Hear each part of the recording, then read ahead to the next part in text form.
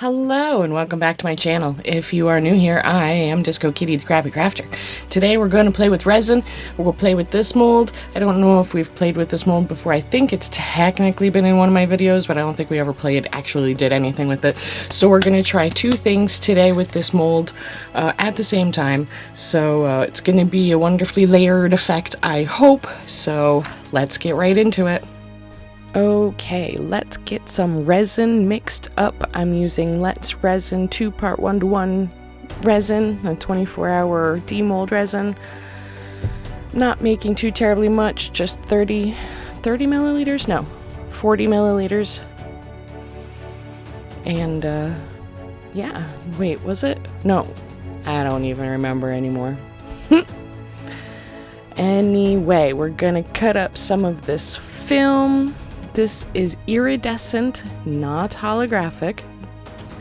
And, of course,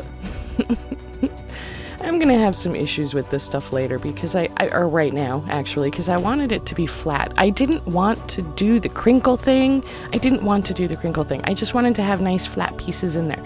But I couldn't figure out, without using a heat gun or just heat in general, how to make them flat. So I crinkled them, and that didn't make them flat either, but we'll see what happens. So here I've already messed up. I did not pour all of this resin into the mold. There is still a significant quantity of resin in the cup, and I never even look to see if I had poured it all in there. And I don't know why, because I never do that. I don't know what I was thinking. But, you know, I'll figure it out later. What it actually does, that there's enough resin in the cup to be about the same thickness as the resin that's in the mold. I know that's quite a bit of resin.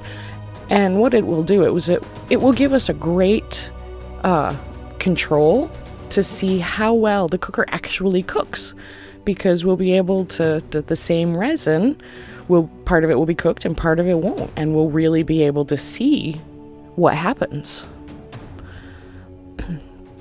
I kept trying to make sure that these were underneath the resin, but it wasn't working so well. They really wanted to float, which, you know, go figure. They're mylar, it's plastic, it wants to float. I think they're mylar anyways.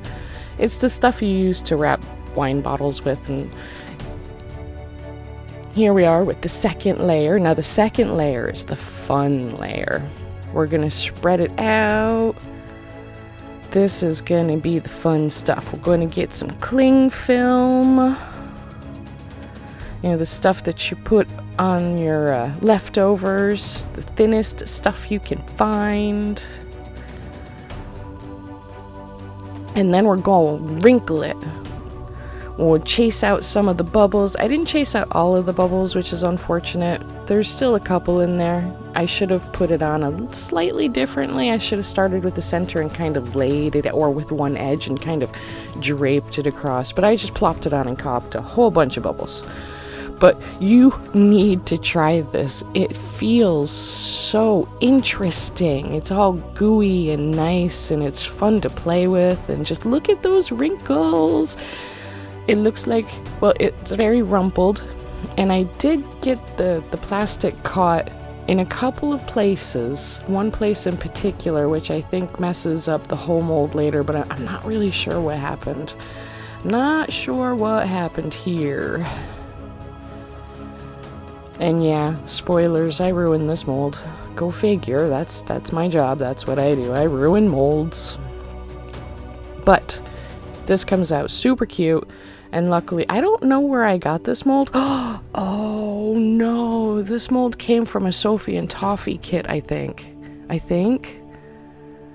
Or maybe a different kit. I don't remember. Oh well, it's gone now. But look at how pretty it's going to be. Look at how bad is my aim? Why is my aim so bad? I don't know. I wanted to start at one edge and work my way across, but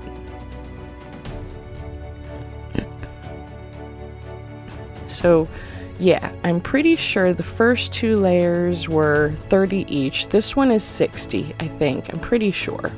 It almost filled the mold. There it is. Oh, I don't know what I did. Just that one little spot. Oh well. But look at that. Just look at that. Isn't that gorgeous? The layered effect is just absolutely stunning.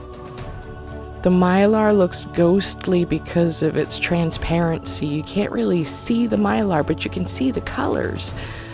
And then the rumpled fabric look of the stuff on the bottom. Oh, it's just, oh. Now, like I said, I didn't use quite enough to fill the mold. I should have just domed this so I wouldn't have to like trim the edges, but yeah, here we are. Afterwards, I'll take a nail file to it and really trim it down. But look at those layers. Isn't that cool?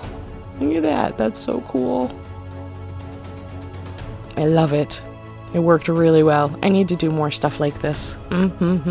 Well, that's one of the cooler things that I have made recently, and I'm gonna have to try this again. Although not with that mold because I ruined it, because that's what I do. I ruin molds. I really need to remember to always, it doesn't matter, I just always have to apply some kind of a mold release every single time, even though you shouldn't need to. You shouldn't have to. But, you know, so look.